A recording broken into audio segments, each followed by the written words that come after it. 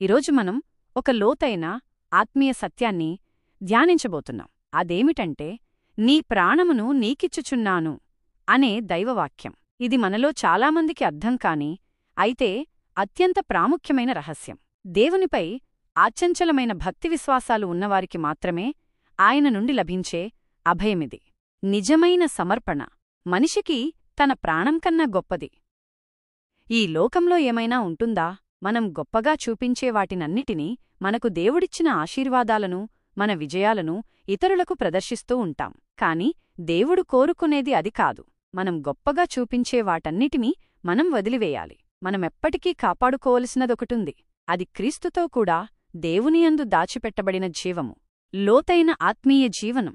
మన జీవితంలో గొప్పవి అనుకున్న వాటిని విడిచిపెట్టడానికి, దేవునిలో నిలిచి ఉండటానికి మీరు సిద్ధంగా ఉన్నారా? మిమ్మల్ని మీరు దేవునికి సంపూర్ణంగా సమర్పించుకోవడానికి సిద్ధంగా ఉన్నారా? ఇంకా మీరు విడిచిపెట్టవలసినవి మీలో ఇంకేమైనా ఉన్నాయా?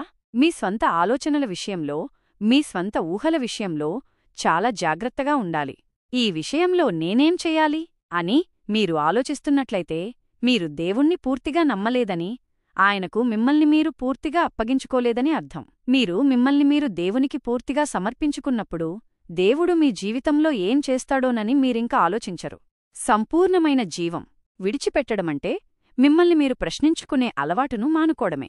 మీరు మిమ్మల్ని మీరు దేవునికి అప్పగించుకున్నప్పుడు వెంటనే ఆయన మీతో, నీ ప్రాణమును నీకిచ్చుచున్నాను అని చెప్తాడు. మీరు మిమ్మల్ని మీరు దేవుని ఆధీనానికి అప్పగించుకున్నప్పుడు ఆయన మీకు ఎటువంటి పరిమితులు లేని సంపూర్ణమైన మరియు అనంతమైన జీవాన్నిస్తాడు.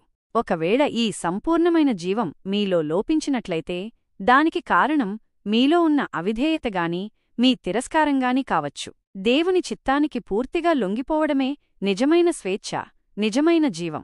ప్రియమైన వారలారా, ఈరోజు మీరు మీ ప్రాణాన్ని దేవునికి అప్పగించుకోవడానికి సిద్ధంగా ఉన్నారా? ఆయన సంపూర్ణమైన జీవాన్ని అనుభవించడానికి మీరు సిద్ధంగా ఉన్నారా? ఈ విషయంలో మీరు ఎలాంటి నిర్ణయం తీసుకోబోతున్నారు?